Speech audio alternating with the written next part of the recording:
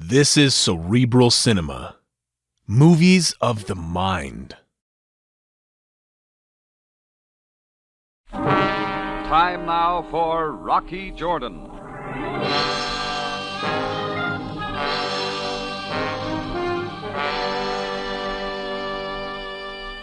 You can't always be right, but with the practice I've had, it doesn't take long to spot a phony.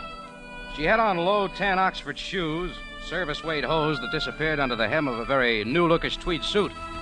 Her hair was plastered down in a severe updo that left her ears sticking out as perfect resting places for the brown tortoiseshell arms of her glasses. She was carrying a brown leather briefcase, and the end of her nose was tilted just a little as if something smelled. I thought so, too.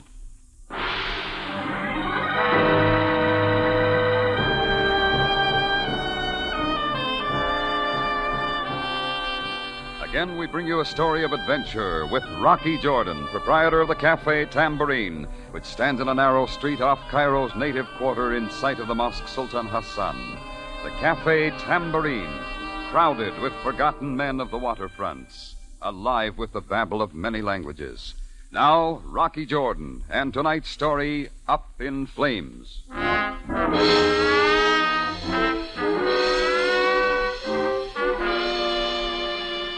Yeah, from her hairdo to her round-toed Oxford shoes, she looked 100% businesswoman. I mentally turned up my sales resistance to medium and sat back. She learned her lines for the role by heart. Mr. Jordan, I am Miss Bates. I represent the International Fire Insurance Company with head office in New York. I am certain that you already carry fire insurance, but with the rising costs of building materials and good labor, is it adequate to replace your establishment if it were to burn to the ground? Oh, Miss Bates, I am certain it is not, Mr. Jordan. My company, sensing the trend of the upward spiral in replacement costs, has decided to extend for this fiscal period an added inducement policy covering the differential in costs that has developed. Now, look, Miss Bates, no doubt what you say is true, but I'm not interested in any more fire insurance. Mr. Jordan, your attitude is typical. But under the current circumstances, don't you think it would be wise to reconsider?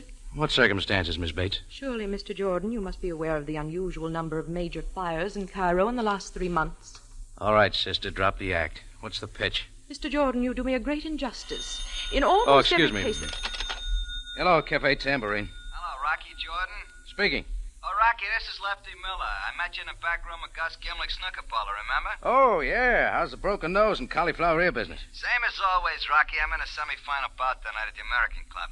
You coming to the fight? Oh, I thought I'd drop in. Why? I'd like to have you come down to my dressing room before my fight. I got a little favor to ask. Why not ask me now? I can't, Rocky. It's something personal. It takes too long to explain over the phone. What do you say, Rocky, huh? Oh, okay, Lefty. I'll stop by. Swell, Rocky. I'll leave a ringside ticket for you at the information desk. Thanks. Don't mention it. See you tonight, Rock. Goodbye. Now, Mr. Jordan, Oh, you still here, Miss Bates? here's my business card. Both day and night telephone numbers are on it in case you wish to reconsider. One never knows when a conflagration might cause irreplaceable loss. Oh, I'm certain one doesn't, Miss Bates. Well, if I change my mind, I'll let you know.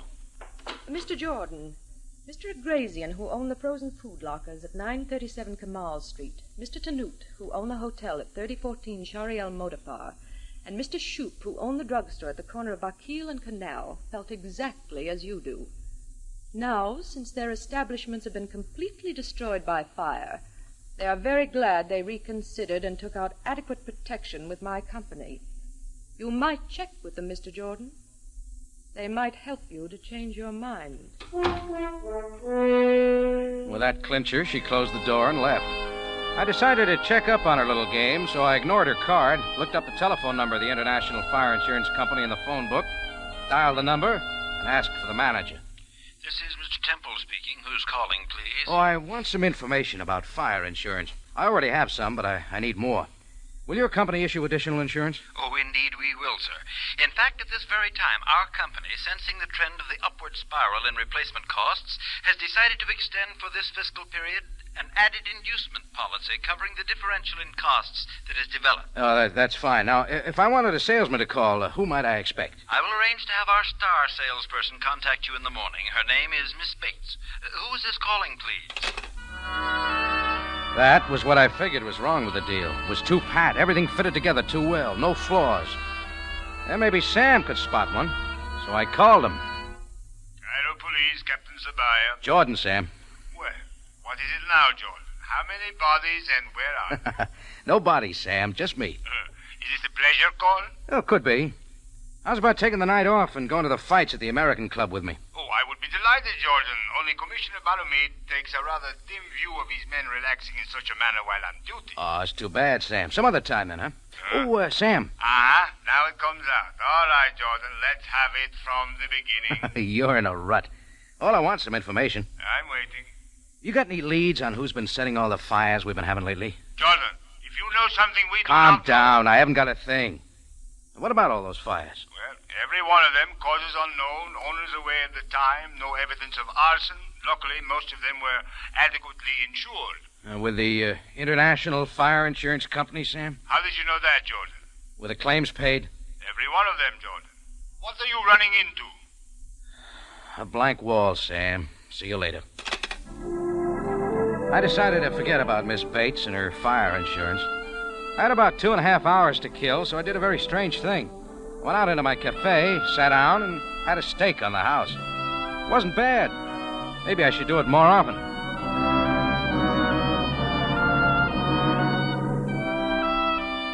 I picked up my ringside seat ticket at the information desk of the American Club. The attendant told me Lefty Miller's dressing room was number 7 in the basement under the gymnasium. The first preliminary was already underway upstairs. Lefty's door was open. He was sitting on his rub-down table, a faded purple dressing gown over his shoulders. His manager and his sparring partner in second were just finishing tying up his shoelaces. Rocky, come on in. Hey, look, Mac, you and Benny step outside for a while. Well, you want to talk to Jordan alone. What's the idea, Lefty? You'll be on pretty soon. Never mind. You and Benny wait out in the hall. This won't take long. Okay, if that's the way you want it. Rocky, Gus Gimlick says you're a right guy, that you don't mind doing a favor now and then. Well, I'll return the compliment when I see him. All right, what is it? I came down to see the fights, remember? This won't take but a minute. Rock, my wallet's in my coat pocket there in the locker. Get it out for me, will you? Sure. This it? Yeah. There's $250 in it. Take the dough out, will you? Okay. Now what? Quick, stick the dough in your pocket. They might come back in. Now, here's the favor. When you go back upstairs, I want you to bet it on tonight's... Oh, get the phone for me, will you, Rock? I got my gloves on. Hello? Hello, Jordan. Yes, Sam. How'd you find me? I called the information desk to have you paged on the loudspeaker. They said you were in Lefty Miller's dressing room. That's how. I'll buy that. What do you want, Sam? Jordan, if any of my men stop you as you are hurrying back to the tambourine, tell them you are going to a fire. What's that? I'm trying to tell you, it just came over the teletype machine. The tambourine, your cafe, is on fire. Thanks, Sam. I'm on my way. Hey, Jordan, where you going? I ain't finished. No time to explain, Lefty. I didn't get to use Sam's advice. Nobody stopped me. I pulled up in front of the tambourine. Business was going on as usual, so I wheeled around to the back. There'd been a fire, all right. Seemed the trash barrel had caught on fire and smoked up the back wall of my cafe a little. If this was a practical hint to buy more fire insurance, I didn't like it. I went inside. Miss Bates' card was still on my desk. I called the night number. A man answered, but I didn't hang up. Hello, this is Mr. Temple speaking. Oh, I called earlier today for some information. Oh, you're the gentleman who called. We must have been cut off or disconnected. Yes. Would you please give me the phone number or the address of your star salesperson, your Miss Bates? Who is this, please? And may I ask why you want that information tonight? Oh, never mind, Temple. Just give me your phone number or her address. Who is this speaking, please? My name is Jordan. I run the Cafe Tambourine. I want to talk to you, Miss Bates, about a little fire. Mr. Jordan, can't the discussion take place tomorrow? Miss Bates is asleep now. What, at this hour? Wake her up and get her to the phone. Mr. Jordan, I am seldom abrupt with a prospective client, but I am afraid you're overstepping your bounds. This apartment is my home. Miss Bates is my wife, and she's worked very hard today. If I do not choose to awaken her, that is my prerogative. Good night, sir. Well, that was that. It was too late to go back to the fights, so I tore up my ringside ticket and went out into the cafe. About 45 minutes later, Lefty Miller's fight manager, Mac, walked in, spotted me, and came over. Jordan, I want to talk to you. All right, go ahead. Let's go in your office. Oh, real private, huh? Okay, come on. Hey, Jordan, why did you come to Lefty's dressing room tonight? I'm an admirer of muscles. Oh, smart guy. What went on in there? Look, if it's just $250 you want, here. He said he wanted me to bet him on the fight, but I left the club before I could make the bet. Well, what's sticking in your craw? You wouldn't be knowing that Lefty took a dive in the third round and didn't even make it look good. What? Look, Jordan, I don't appreciate guys getting to my boy. When I find out for sure it was you who did it, I'm coming back. Time's up. End of bout. Beat it, Mac. Take Lefty's dough with you. Mac took the $250, gave me a dirty look for a receipt, and slammed the door behind him. Now, things had been jumping all evening. I hoped they'd quiet down, but they didn't. They started happening two at a time. Come in. Hello? Hello, Mr. Jordan. Jordan, this is Savaya. Oh, hello, Sam. His name isn't Sam, Mr. Jordan. It's Timothy. Keep quiet, will you? What's that, Jordan? Oh, not you, Sam. No, go ahead. Oh, wait, dear Mr. Jordan's Perhaps on you the did phone. not know, but since I talked to you last, there has been another fire. Why tell me? Well, you seemed so interested earlier tonight. Is this a pleasure call, Sam? Indeed it is not. The American Club Gymnasium has burned down and your prizefighter friend Lefty Miller is lying dead. Lefty's dead? Burned to death in dressing room 7. I am calling from the main building of the club. I want you to come down immediately. Okay, Sam. I'll be right over. Now, you there. What are you... Good evening, Mr. Jordan. When my husband, Timothy, here, told me how agitated you sounded on the telephone earlier this evening, I realized you must have reconsidered. So we got dressed and hurried right over. Now, Mr. Jordan, just how much additional fire insurance do you think you will need?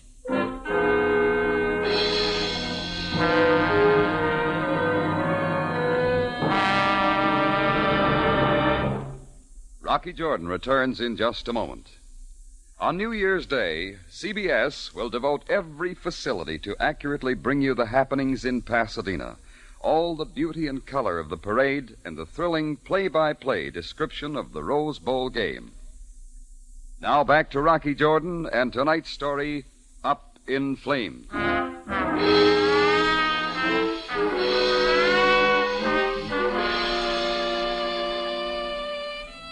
It all started when Miss Bates, tweed suit, horn-rimmed glasses, and briefcase had tried to sell me some extra fire insurance. I didn't like the deal. I couldn't put my finger on the spot where it left the straight and narrow, so it still bothered me. Item 1, the prize fighter named Lefty Miller, who took a dive in the third round of his fight, and his manager blamed me.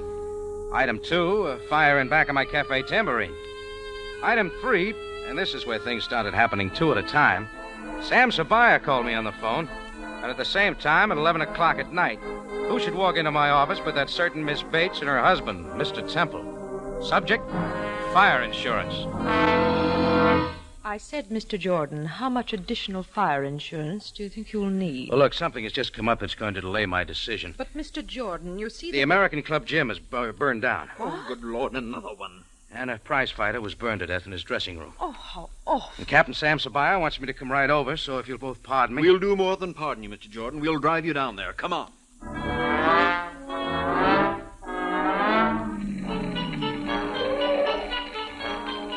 It came out during the ride that the American Club was insured with International. I had a feeling it would be. There was still some equipment and a lot of people around when we arrived.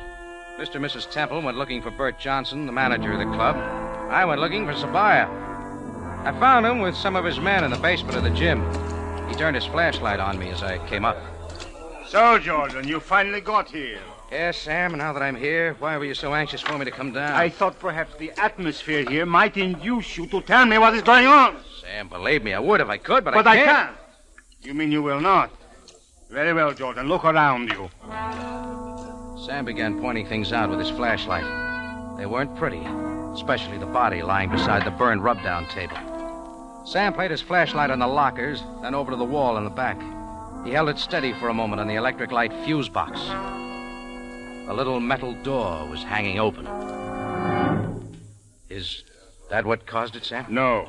If there had been a short circuit, the fuse would have burned out. I checked them. None of them is burned out. Any ideas? Perhaps you would like to explain what you were doing here earlier this evening. Lefty Miller phoned this afternoon, said he wanted me to come to his dressing room before the fight. He wanted to ask me a favor. Yes, go on. It turned out he wanted me to bet $250 of his money on the fight. You called before I could do it. That's all, Sam. Thank you, Jordan. I might have known you would not tell me the truth at this time. Sam's like that. This was once I didn't blame him. That didn't make much sense to me either. I knew I should get to Lefty's manager, Mac, before Sam did. I wanted to clear up a few things, so I took off. On the way downtown in the taxi, I figured Gus Gimlick would know where I might find Mac. I checked my watch. If things were running normal in the back room of Gus Gimlick's snooker parlor, they'd be getting the results of yesterday's races short way from the States. Now, we finally pulled up in front of Gus's place. I told the driver to wait, walked down in and through to the back room.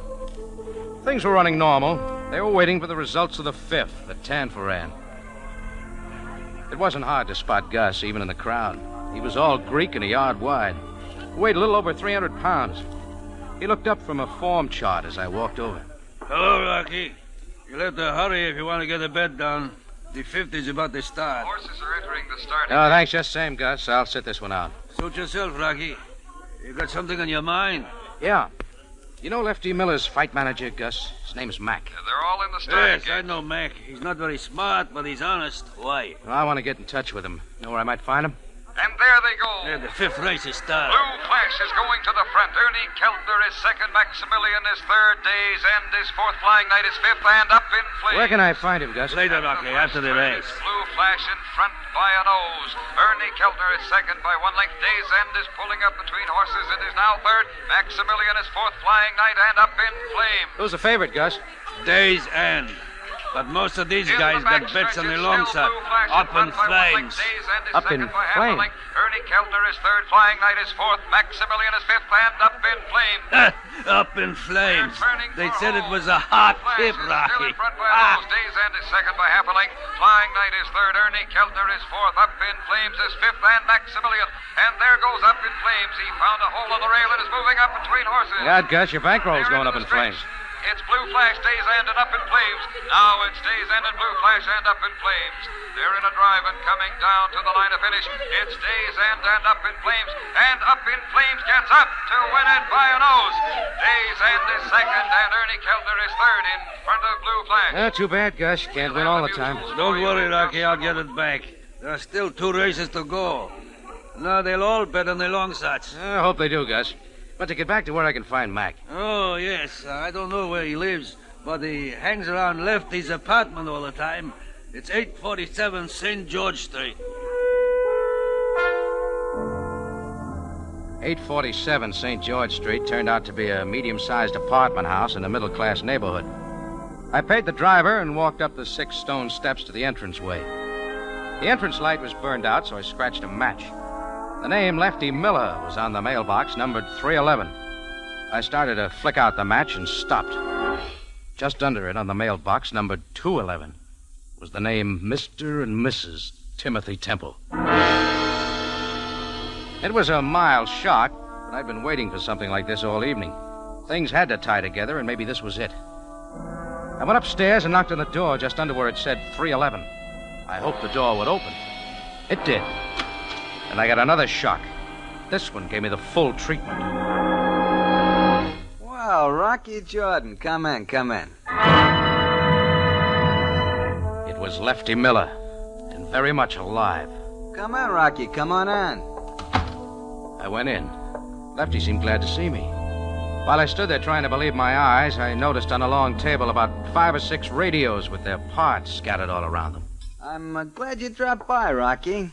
Did you get that bet down on me to lose? This may come as sort of a mild surprise, Lefty, but not more than an hour ago.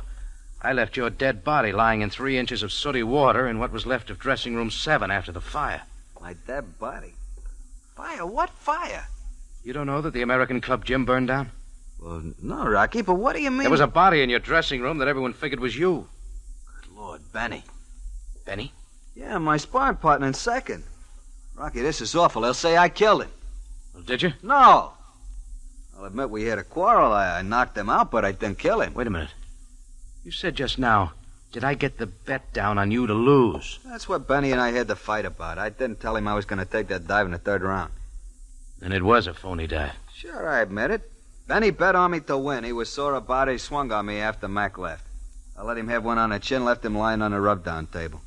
I turned out the lights, closed the door, and left, that's all. Hey, you didn't bet my money on me to win, did you? I didn't bet your money at all. I gave it to Mac when he came over to my cafe later. So that's where he went. Maybe he figured you got me to take the dive. Why did you? That was Gus Gimlick's idea. I owed him some money. Some horses I bet on decided not to come in. He said if I take the dive in the third round, he'd cancel at that. That's a quick way to end your fight career. As far as I'm concerned, it's over right now. I wasn't making any dough in a fight game. Not enough bouts. I've been making my rent money repairing radios. It's quite a hobby for a prize fighter. I picked it up during the war. Essential industry kept me out of the Army. Oh. Hey, let me show you the combination screwdriver and soldering iron I invented. No, some other time. Hey, what did you come here for, Rocky? I was looking for Mac to convince him I didn't get you to take the dive.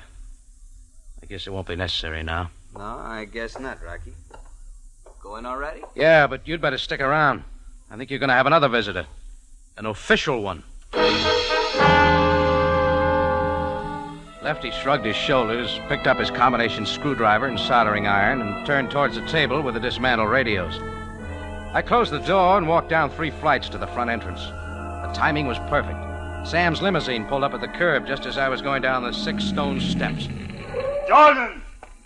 Jordan, what were you doing in there? Talking to a very much alive dead man, Sam. You'll find his story very interesting. No doubt, Jordan. The body is not that of Lefty Miller, but of his sparring partner and second, Benny Myers. Miller was seen leaving the club quite some time before the fire. Yeah. Jordan, a penny for your thoughts. You just rang a bell, Sam. See you later. Jordan, come back here!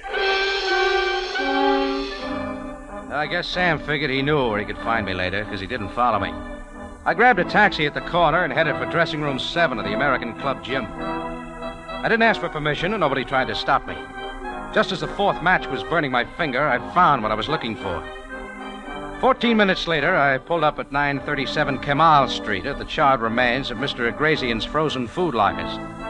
The next stop was 3014 Shariel Modafar, and what used to be Mr. Tanut's small hotel. From there, we wheeled around and went to what used to be Mr. Shoup's drugstore at the corner of Bakil and Canal. Then I gave the driver the address of 847 St. George Street and settled back to count my evening's loot. Adding them up carefully, they would just come to the price of the new American airmail postcard.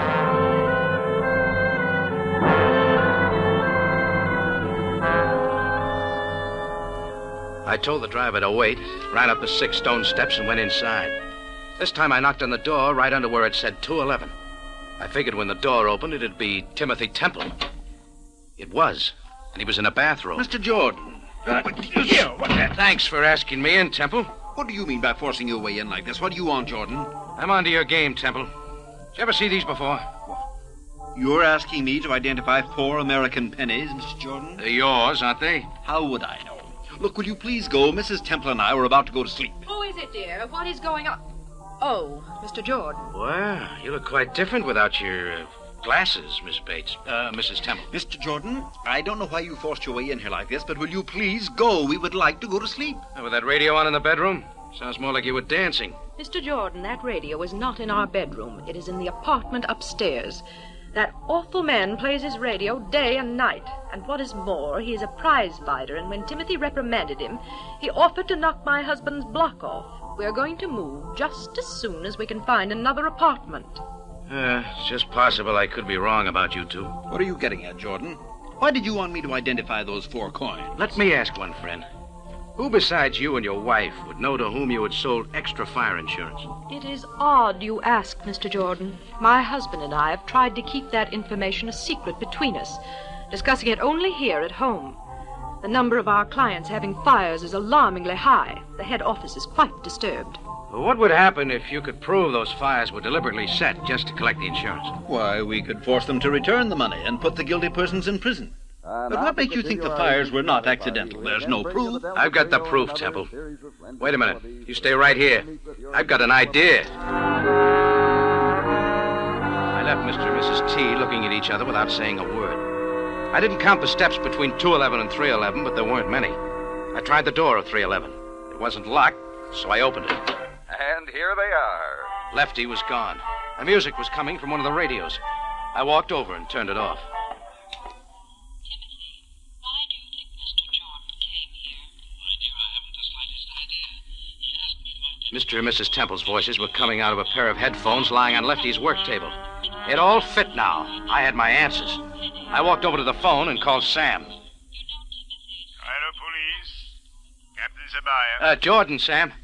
Any of you boys around this time of night? Certainly. Why? If they want to know where you're taking them, tell them you're going to a fire. Jordan, what are you talking about? No time for details, Sam. Meet me at my cafe as soon as you can. Maybe we can catch the guy red-handed. I think somebody's getting ready to set fire to the tambourine. Hurry, Sam.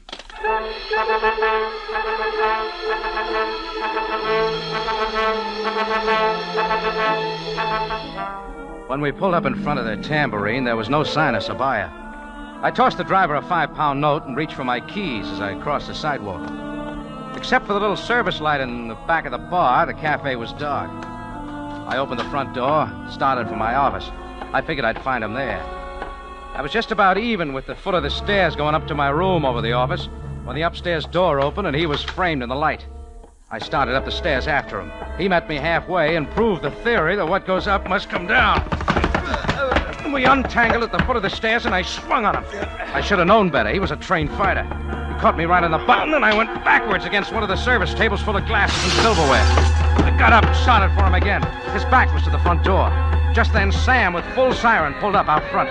My opponent turned. His chin was silhouetted against the glare and the headlights, and I let him have it. And for the second time in one night, Lefty Miller took a dive. Only this time, it wasn't fate.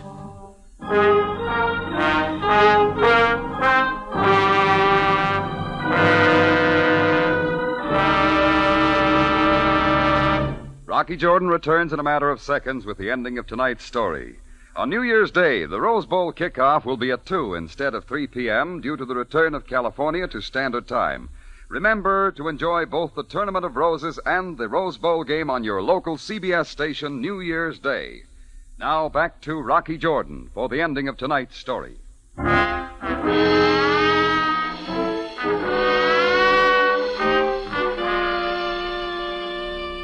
I'll say this for Sam. When you really need him, he's right there. If there were more like him, the world would be much better off. But as usual, he wanted all the details. And from the beginning. All right, Jordan. How did you know we would find Lefty Miller here in your cafe? Well, Sam, it just figured. When I heard Mr. and Mrs. Temple's voices on the earphones in Lefty's room, I knew he'd been listening in on him. Maybe first as a gag, but he was the only one besides the Temples who could have known who they'd sold fire insurance to. So he was the one who had gotten the owners to agree to let him fix up the accidental fires. Exactly. He convinced them that he could do the job, and when they collected the insurance money, all he wanted was a percentage of the profits. Jordan, how did you figure out he did it? Well, first of all, Lefty was an electrician, fixed radios. He also had invented a combination screwdriver and soldering Jordan, iron. keep it simple. Oh, I will, Sam. He went to those places and did a little work on a light switch. A couple of drops of solder in the right place, and he put a penny behind the fuse to keep it from burning out when the short developed. All the owner had to do was to turn out the lights, lock up the joint, go someplace where he'd have a perfect alibi. After a while, the short would develop, and the penny behind the fuse kept it from burning out. And there you have it. Fire. Cause unknown. But you still haven't told me why you knew he would be here at the tambourine. It's the pattern, Sam. Lefty's sparring partner, Benny, must have caught on to him. So after Lefty knocked Benny out, he fixed the light switch in the dressing room, put the penny behind the fuse, turned off the lights, closed the door, and left. Perfect alibi. But the tambourine, George. Oh, that follows, Sam. He'd fix the light switch in my bedroom. I'd come in and figure I'd forgotten to turn the light off. Finally, I'd turn it off and go to bed. Then when I was asleep, the short would develop. No tambourine, no Jordan. Up in flames. Up in flames? You don't miss a bet, do you, Jordan? I wondered what you were doing in Gus Gimlick's back room tonight.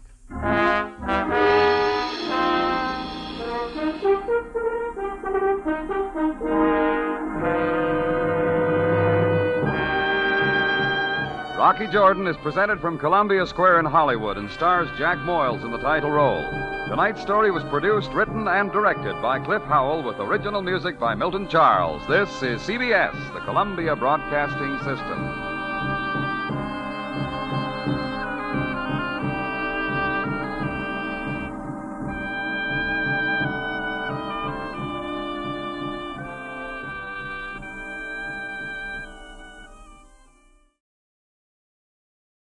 Cerebral Cinema hopes you have enjoyed this movie of the mind.